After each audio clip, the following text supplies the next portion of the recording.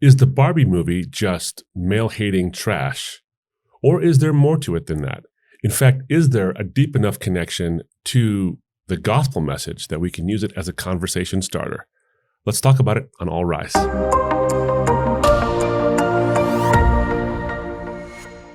All rise, ladies and gentlemen of the jury. I'm your host, Derek Caldwell, joined once again by author and speaker Abdu Murray. That's me.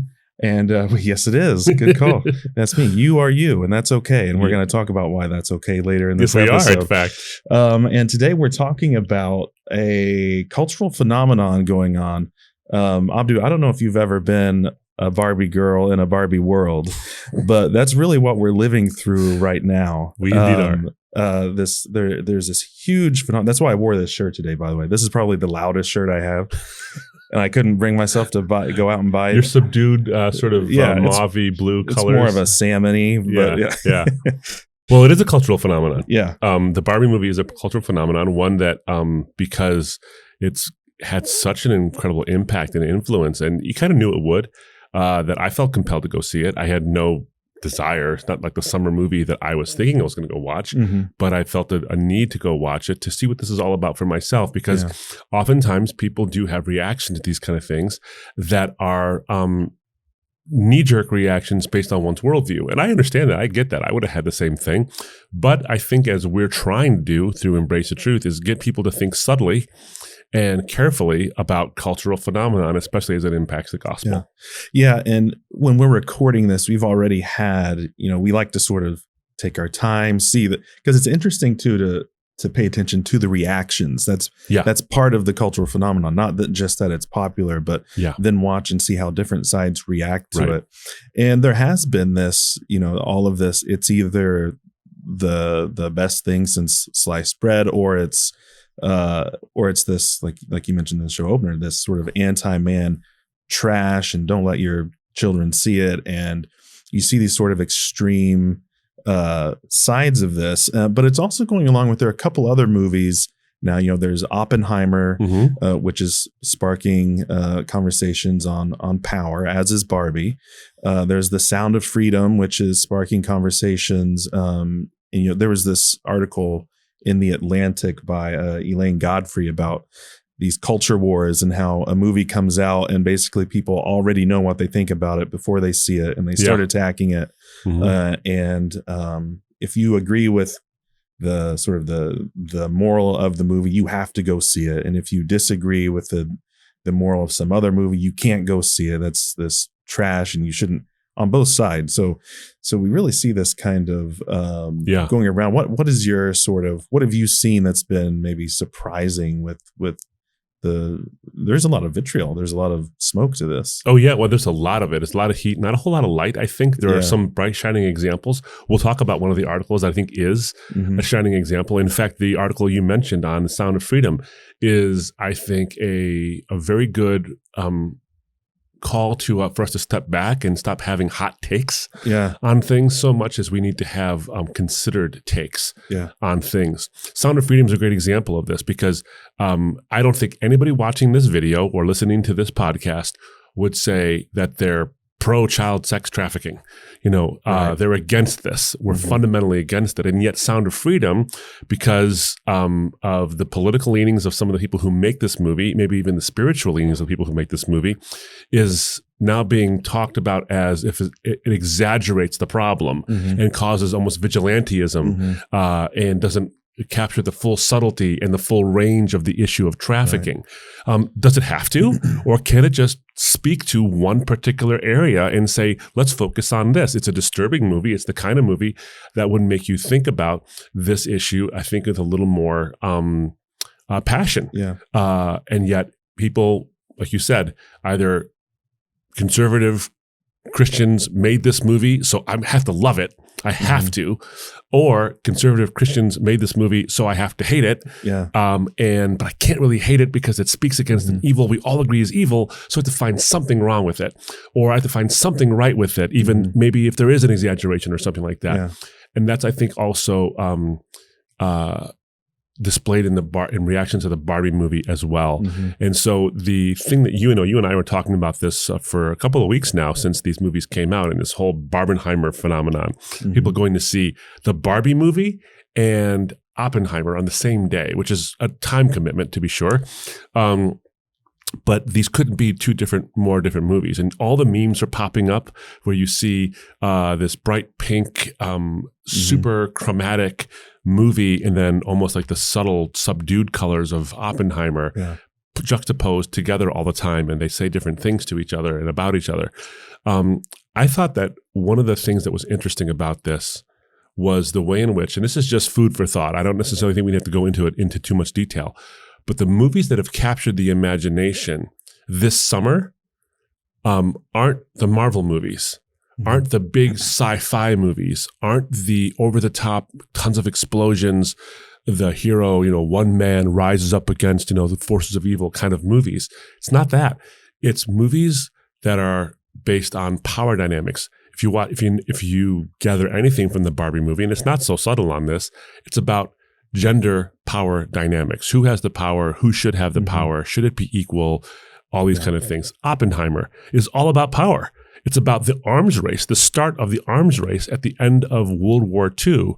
And it's about the moral dilemmas of what does it take to achieve power? Is power even worth achieving if it comes at such human cost? And then you have The Sound of Freedom. All of these have sparked the conversation. Barbie about power, Oppenheimer about power, and The Sound of Freedom is about vulnerability. And I think that there's something there where we can take a look at this, because the gospel story is in the milieu of Roman power, religious power, but someone who comes and claims to champion the vulnerable. The most powerful person in the world, the most powerful being in existence, the one for whom and through whom all of existence actually, exists, becomes vulnerable for the sake of the powerful and the vulnerable as well. So there's something there to be told in all of this. So I think that these are going to be some interesting conversations we're going to have. Yeah, definitely. Well, before we move any further, I just want to remind everyone, take a moment and subscribe to our channel. You can hit the subscribe button and click the bell. You'll get notifications when a new episode comes out, when we go live, but also help us out by liking and commenting and sharing this with your friends and family. It helps us get the word out, and we really want to have these sort of measured, sort of kind conversations, Christian conversations. And, if you've seen any of the responses to Barbie, you've seen a lot of them haven't been measured, but we really want to start a conversation and get people thinking and not pushing them away from the Christian worldview. And that's what we're trying to do here at Embrace the Truth and with All Rise. Thank you. Abdu, as we get started, there were a couple of interesting things in the Barbie movie that I wanted to talk about first before we get into maybe some of the meatier conversations. But some people are viewing it as this sort of pro-feminist sort of movie, and that is the take. A lot of feminist writers are saying, this is a great sort of take and trying to help men understand what it's like to be women, but also showing the power of women. But there were a couple of things in there that it was almost this sort of the other message was getting sent. There was their compassion towards Kens, and also the power of the Kens when they found out that in the real world men have all the power and not the women. Right. What did you find sort of interesting about those? Explain that a little bit more. Absolutely. So, spoiler alert, by the way, if you haven't seen the movie, if you're like the two people who haven't seen it yet, a couple of spoilers here. Is Barbie comes over from Barbie Land sort of facing an existential crisis when it comes to her thoughts about death, which is very un-Barbie-like of all the Barbies in Barbie Land. And she brings Ken with her. Actually, she doesn't bring Ken. Ken sort of like hitches a ride with Barbie, as it were. And the reason is because Ken dolls, quite literally in the manufacturing of the Barbie doll, Ken is an accessory. He only exists to be Barbie's boyfriend. And so you can't really have a Ken doll without a Barbie. Ken's purpose is only linked to Barbie. And Ken says this explicitly. there's no me without you, so I'm going to go with you. And he goes and he sees men in the real world have all this power and they're respected and all these things. And of course, the not so subtle message is that the Kens represent women in this world. And in fact, Barbie literally says it at one point. It's like, oh, the women in the real world have all the power that the Kens have in our world, which is nothing, essentially. The part that I thought was fascinating was when Barbie realizes this, there doesn't seem to be any real sense that the Barbies of Barbieland feel bad about the way they treated the Kens. There's no real sense of that. There's this, Ken, forge your own identity apart from me kind of a thing, but there's no real sense in which the Barbies actually come to sort of a moral realization like, this is wrong. Go ahead. Well, which is interesting because I think the men watching the movie, that's one of the sort of the hoped for responses, that they will see what it's like to be treated like women, and that should open us up, sort of create an empathetic space in our heart for the plight of women in our world. But it's interesting that in the Barbie world, it's sort of this opposite reaction, which makes you think, well, what are they trying to actually say about women? In Barbie land. Right. Well, in fact, Helen Mirren is in the narrative toward the end of the movie when the Kens ask for a seat on the Supreme Court. Right after a speech, by the way, that one of the Barbies gives, like, no one should ever be made to feel less than or subordinate to another person. And everyone cheers for this. Everyone's wonderful. Yeah, great, good. This is the point of the message of the movie.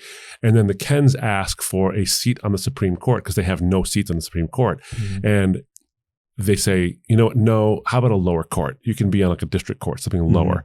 Again, sort of making men feel like women feel today. You're not entitled to these things, even though we have multiple women on the Supreme Court, and we've had that for decades, which is a little bit of a sort of a complete like disconnect from actual the way things are right now.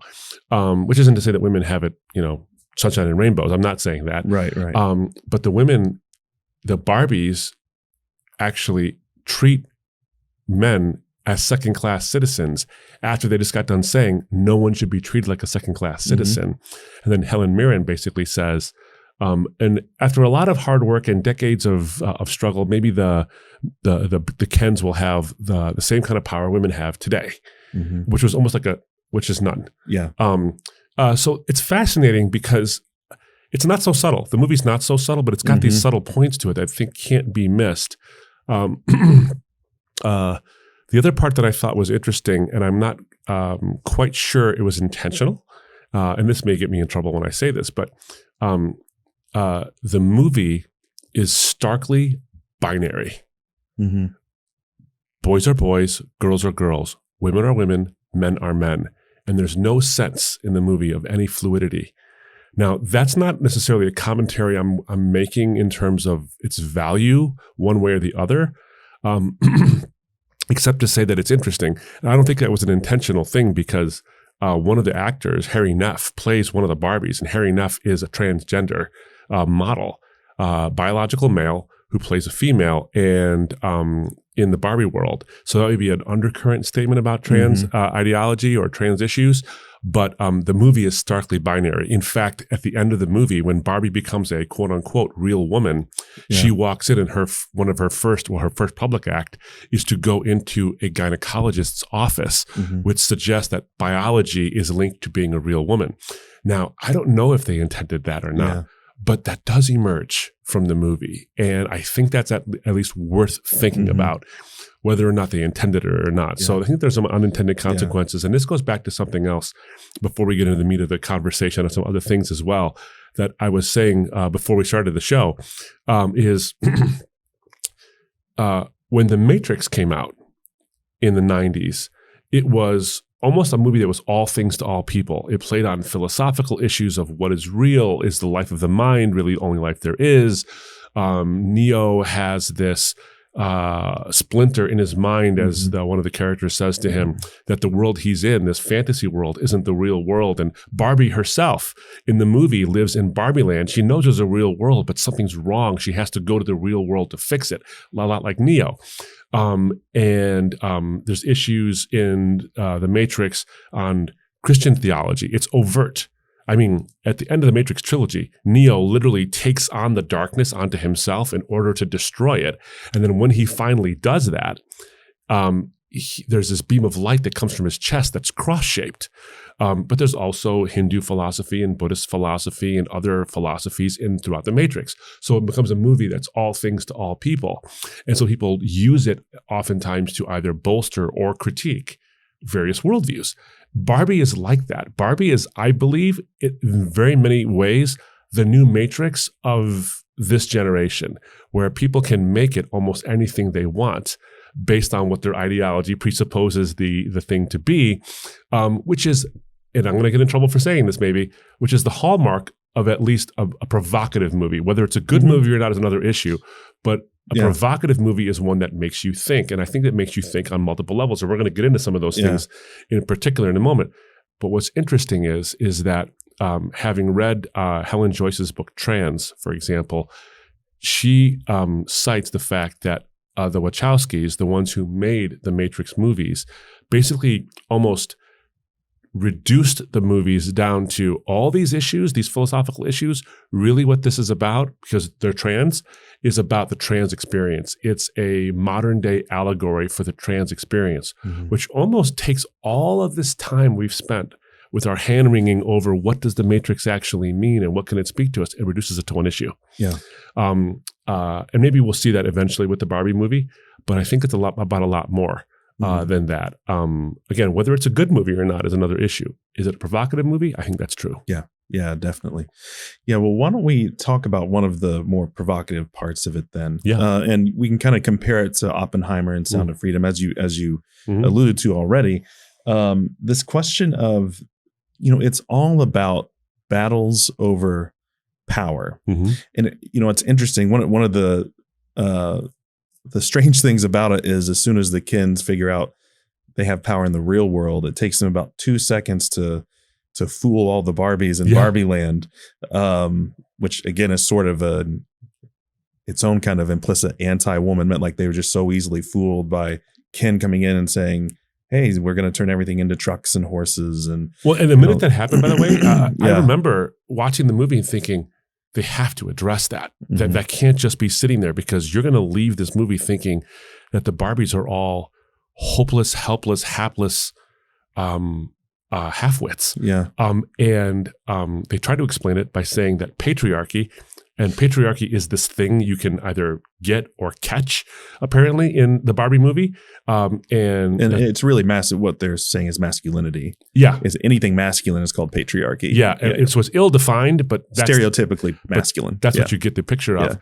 Yeah. And I think one of the Barbies, or I think the woman in the real world, who comes to the Barbie land, she says the reason the Barbies were so fooled is because it's like smallpox.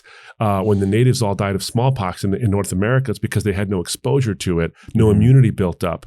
And so the Barbies were so easily fooled into buying into it, which is frankly not, it takes a shot at the idea of patriarchy by calling it a disease, but it also is a very, I think, lazy way to explain the way the Barbies were taken over so quickly. I realize you only have 2 hours to tell a story, and so that's part of it. It's a challenge for a writer, but that is a lazy way to do it. Well, and why didn't that happen in the real world when men are exposed to feminism? Yeah. It's not like women suddenly take over the world that it is. So that's a good point. It's sort of this, other than, I mean, obviously that hasn't happened in the real world, but so that was kind of a strange thing. But this power, what is going on with what did you take away from some of the power struggles, implicit messages, underlying messages about power itself? Obviously, that is such a huge thing that we talk about now. People, redefining history based entirely on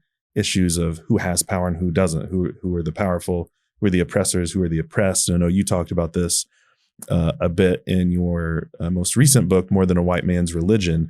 How do you see that, the conversation you had in that book, taking place again today in the land of Barbie and some of these other movies we've talked about? So, and as I talk about in the book, roughly speaking, we are engaged in, whether it's the various social theories we have now, in this struggle for power as if it's a zero-sum game. Like, if I have it, you can have none. If you have it, then I can have none. Yeah. When the reality is that I think the way forward is to struggle to see equality for what it actually is that this is we're in a broken world. And this is another thing that Barbie does well in the end is Barbie meets her creator, not God, but Ruth Handler. Ruth Handler, the ghost of Ruth Handler, says to Barbie, people create the patriarchy and they create things like Barbie in order to deal with a messy, broken world. She doesn't use the word broken, she uses the word messy. But I think that's interesting because I do think some of the social ills we have in our lives, including this struggle for power. And if you have it, then I don't have any of it. So I have to take it from you in order to get it for myself. Or we invent things like postmodernism in order to get rid of power struggles, only to realize we've created post-truth, which is the ultimate power struggle, because we're dealing with a broken world and we're not trying to find a solution outside of ourselves, but within ourselves. And so I think that that's why the Barbenheimer phenomenon is so interesting to me, not because it's two completely different movies that people watch in one day, as if to say, I'm being ironic watching this movie and being serious watching this movie. They're both pretty serious movies about power. And so I think this is poetic that people are going to see two movies about power while they're also wringing their hands over the morality or the issues behind a movie like Sound of Freedom that's about vulnerability. And I think there's a gospel hook here. I really do think there's a gospel hook. And not in a convenient sort of like, oh, I found a way in kind of a thing. I think that there's something powerful here because human beings, through our art, we recognize the human condition and that all of our attempts to fix it, even when we champion those attempts, they're flawed. The Barbie movie doesn't end in any way, shape, or form where we've found an answer. All it is an existential, this is the way it is kind of a thing, but let's face it with a smile. At the end of the day, men are still in power in the real world and women and the Barbies run things in the Barbie land world, and it doesn't really ever get fixed. It's exactly the way it was when it started. Nothing got better, except that Barbie realized what it means to be human. The reason why I think this is important is not because I can find a hook that's artificial, like I came up with this.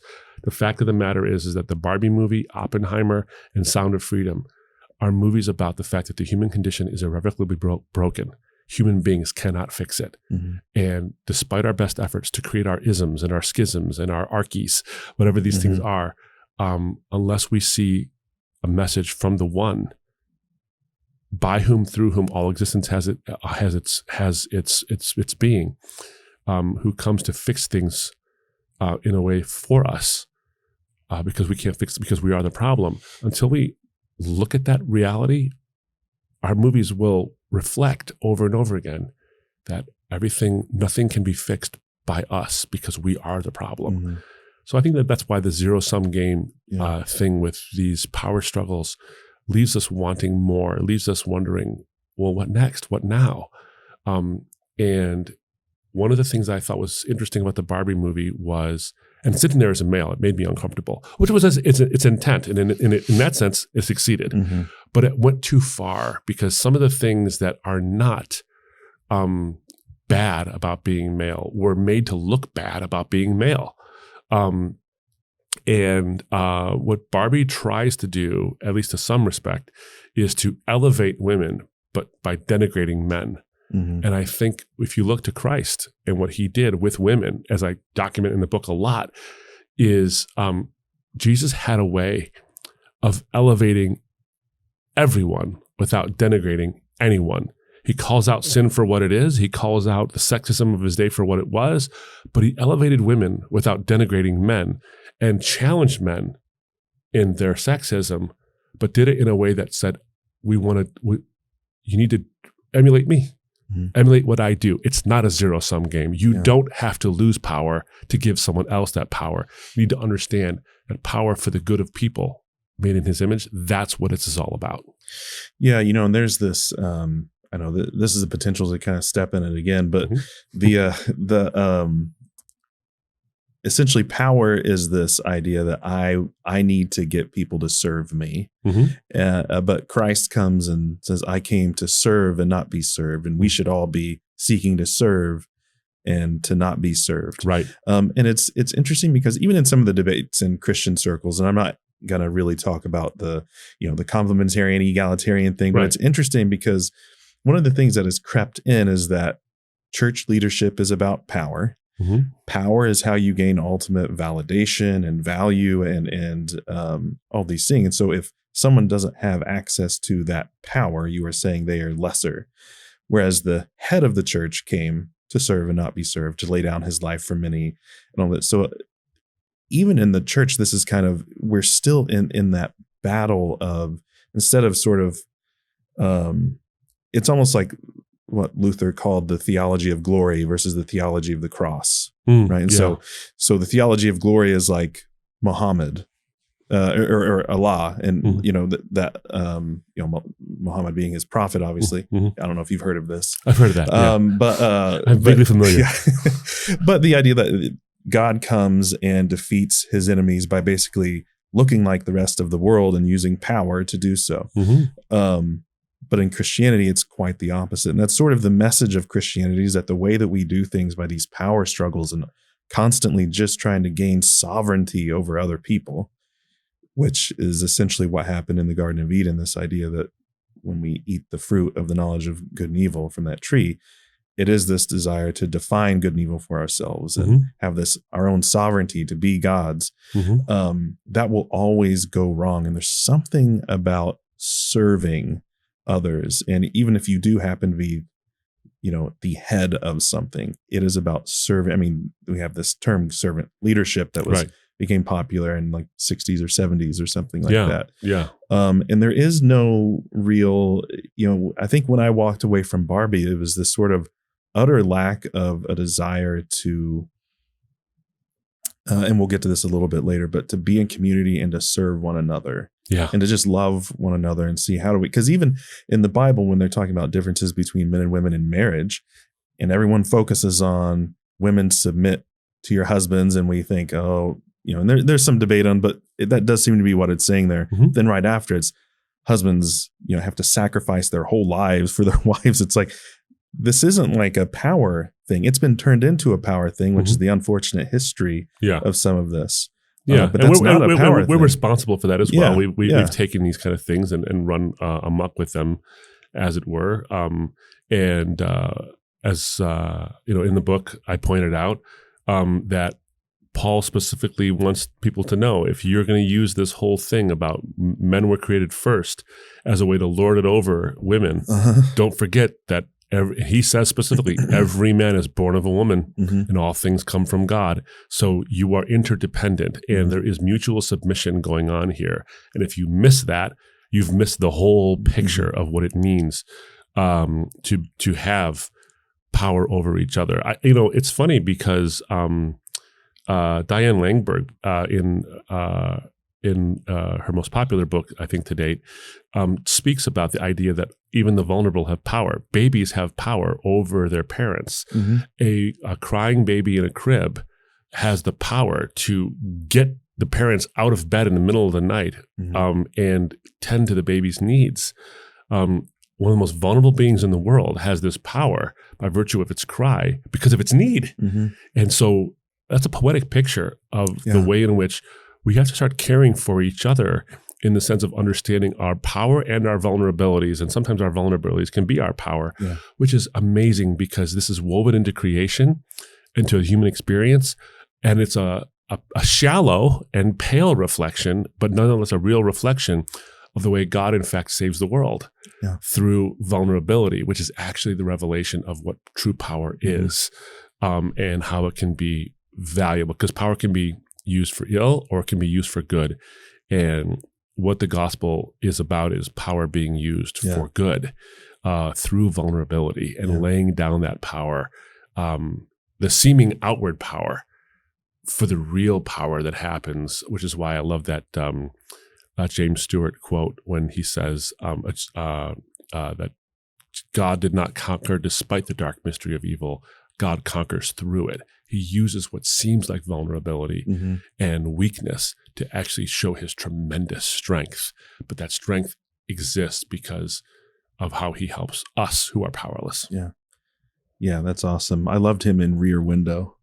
We are different James Stewart, I think. Yeah. We'll be right back after a quick message.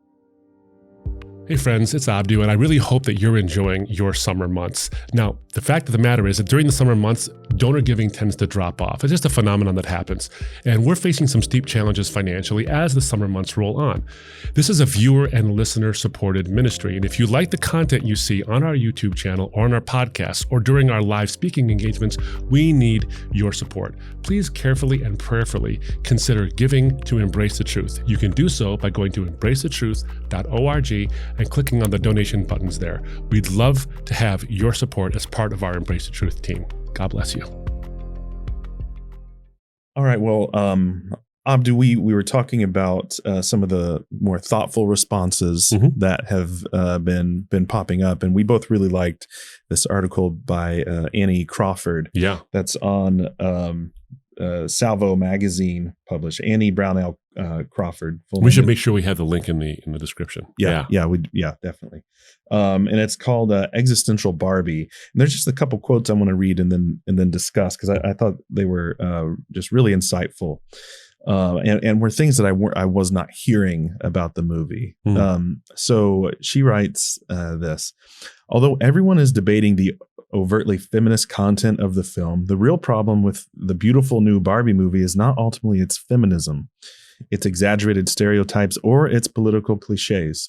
The problem with Barbie is her committed existentialism. While this candy-colored, well-acted film could have been the sweet and playful movie many women hoped it would be, in the end, Barbie proves to be a cleverly crafted Trojan horse bearing the radical individualism that will devastate relationships between the sexes. And then she adds again later, Barbie lectures Ken on existentialism and the necessity of defining himself relative only to himself.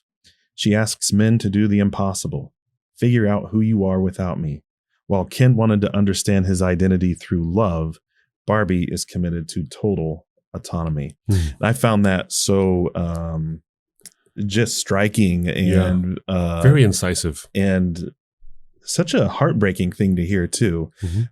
Ken wanted to identify himself through love in a relationship, and obviously no man is no woman is obligated to give herself to any man who loves them. But I just thought that was interesting. And quickly before we talk, maybe give a little definition of existentialism in case there's anyone who really doesn't know precisely what that means. Yeah. And then let's talk about that, because that is a fascinating part of this rampant individualism that's going on. And I think just for brevity's sake, because we don't have all the time in the world to go into an in-depth thing on existentialism, but existentialism, you can hear it in the name, is this idea that existence precedes essence. And so you can actually make yourself, your actions and the thoughts you conjure is what defines you. It's not the essence of what you are, like in and of yourself. You can become definitional based on what you do. You become the god of your own world in that sense. And many existentialists found despair in this worldview, and others found tremendous liberation in this worldview as well. Because it basically is saying there is no purpose to who you are other than what you decide. So it's a subjective purpose, not an objective purpose like you had traditionally with the idea of God and being created for something, for some purpose, maybe a specific or a general purpose. This is just there is no God, so you were created for no reason. You're here by accident.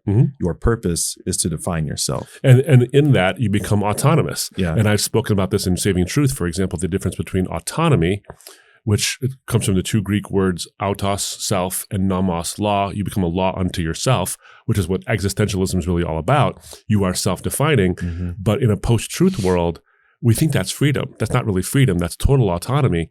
And where preferences matter more than truth, the person who has the power, their preferences are the ones that rise to the fore.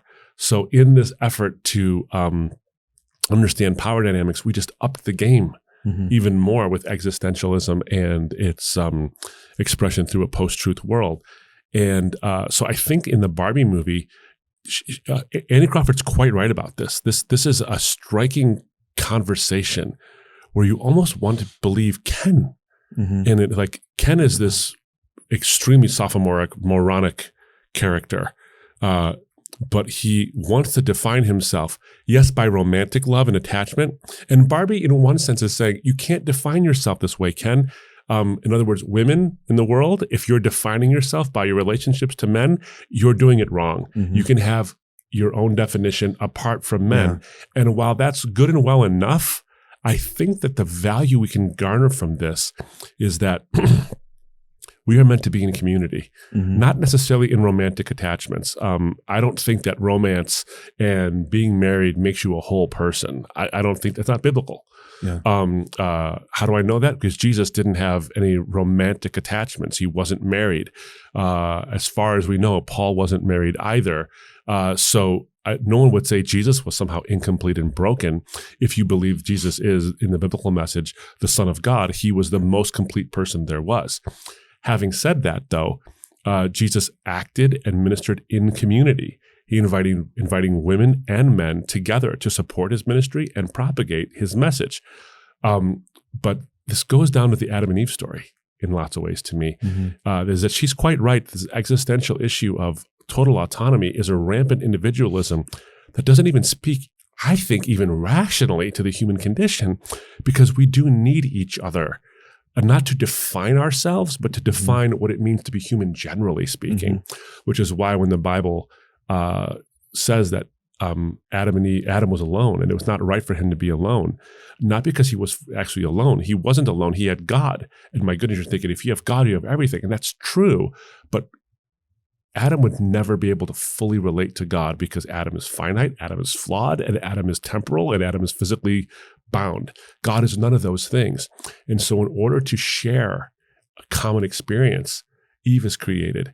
And so humanity essentially is created. So Adam has a companion to go through life with him on the journey. Why this is fascinating to me, and you pointed this out in the conversation. I referenced it in the book, but you pointed it out through the Barbie movie.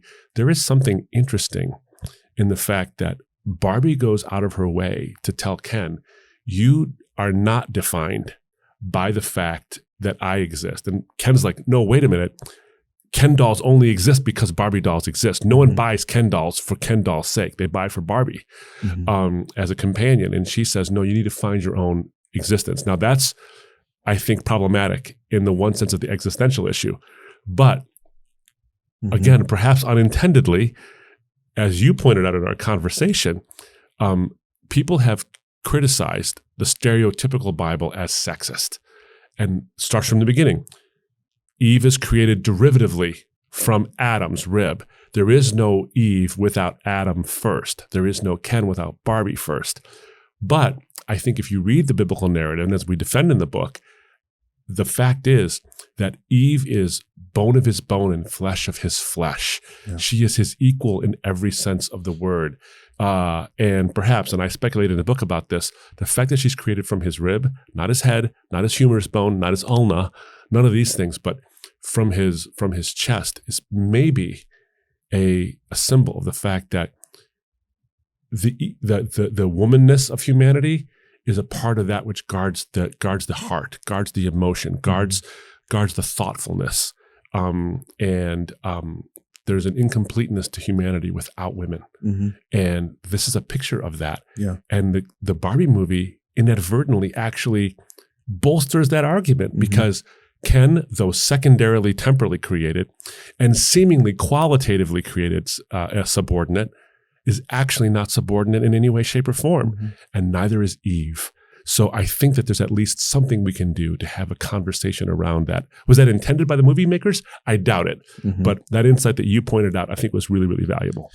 Yeah. And, and just, it's interesting that throughout history, there have been these difficulties with the definition of the one and the many, and several kind of theologians have written about this. But it's interesting how a topic you love, the Trinity, is a thing that binds together one and many. Yes. In a way that allows you to not be totally consumed by your group identity or your individual identity. You can be a person is an individual in a group. Yeah. And we are sort of, so someone I talk about a lot of times is Dietrich Bonhoeffer. And I mentioned this to you a little bit, that he had this idea that we are created in the image of a triune God and a crucified Christ. And what that means is the triune God image is that we were created ontologically to be with others. And the crucified Christ image was that we were created ontologically to be for others. So when we're remade, we're remade to be for others. Yeah. And it really is, there's understanding your creation in the image of God as an individual person loved specifically by God, but also asked to be a part of his bride, which is a communal bride, is a thing that I think rescues us from all of these, hyper individualistic, or you can have a hyper communal sort of the person is nothing but a cog to support the state. Like you might get in some communist understandings of what it means to be a person. You're just sort of, you're one of the gears. Yeah. And this is a real rescue that a lot of times, again, it goes into these power struggles. It's always a pendulum swinging from one extreme to the other.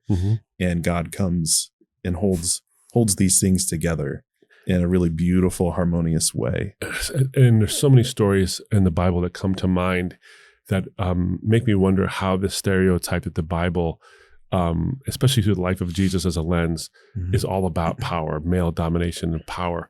When you see the story of Jesus who is having a meal at an influential person's house, and he's given no bowl and no water with which to wash his feet when he comes in, which is customary, and all these things. And a woman comes in and she's crying over Jesus and because of the way he has saved her and the way he has shown her value in God's eyes.